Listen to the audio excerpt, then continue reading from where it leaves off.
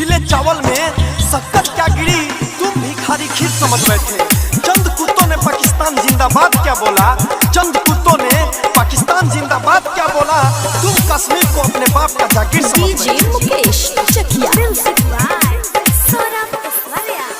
ये जब तक सांसें टिकी है ना झुकेगा, ये लहराएगा झंडा ना रुकेगा, ना रुकेगा, ना रुकेगा।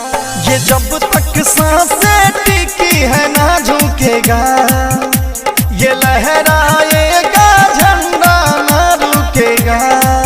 आया हूँ बेटा बन के भारत का, मैं तो सातों जन्म के लिए, मैं तो मरूंगा ना बेवफा सनम के लिए, मैं तो मर मिट जाऊंगा वतन के लिए, मैं तो मरूंगा ना बेवफा सनम के लिए, मैं तो मर मिट जाऊंगा वतन के लिए। बस के बाद हवाओं को बताए रखना, बस के बाद हवाओं को बताए रखना, रोशनी होगी चिरागों को जलाए रखना। लहू देकर भी जिसकी हिफाजत की शहीदों ने, उस तिरंगे को सदा दिल में बसाए रखना। मेरी माता तो भारत माता है, मैं माँ से करता हूँ प्यार, जिस धरती पे पैदा लिया हूँ उनको है नमन बार बार, कि सबसे प्यारा वतन है हमारा, इसका करेगा जो अपमान।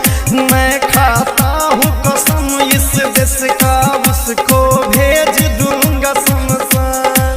दुश्मनों को मार डालूंगा उसके बुरे कर्म के लिए, मरूंगा ना बेवफा सनम के लिए, मैं तो मर मिट जाऊंगा वतन के लिए, मरूंगा ना बेवफा सनम के लिए, मैं तो मर मिट जाऊंगा वतन के लिए। मैं मुल्क का हिफाजत करूंगा, ये मुल्क मेरी जान है, मैं मुल्क का हिफाजत करूंगा, ये मुल्क मेरी जान है, इसकी रक्षा के लिए मेरे दिल और जान दोनों कुर्बान। मैं शहीदों का बदला चुकाऊंगा दुश्मन के खून से, अपने दुश्मन से लड़ जाऊंगा पूरा जोश या जुनून से। राइटर सूरज सूर्या वतन बतिया कहता रे साथ, रतन रतन सौरभ गौरव देश पे आवे नदी है।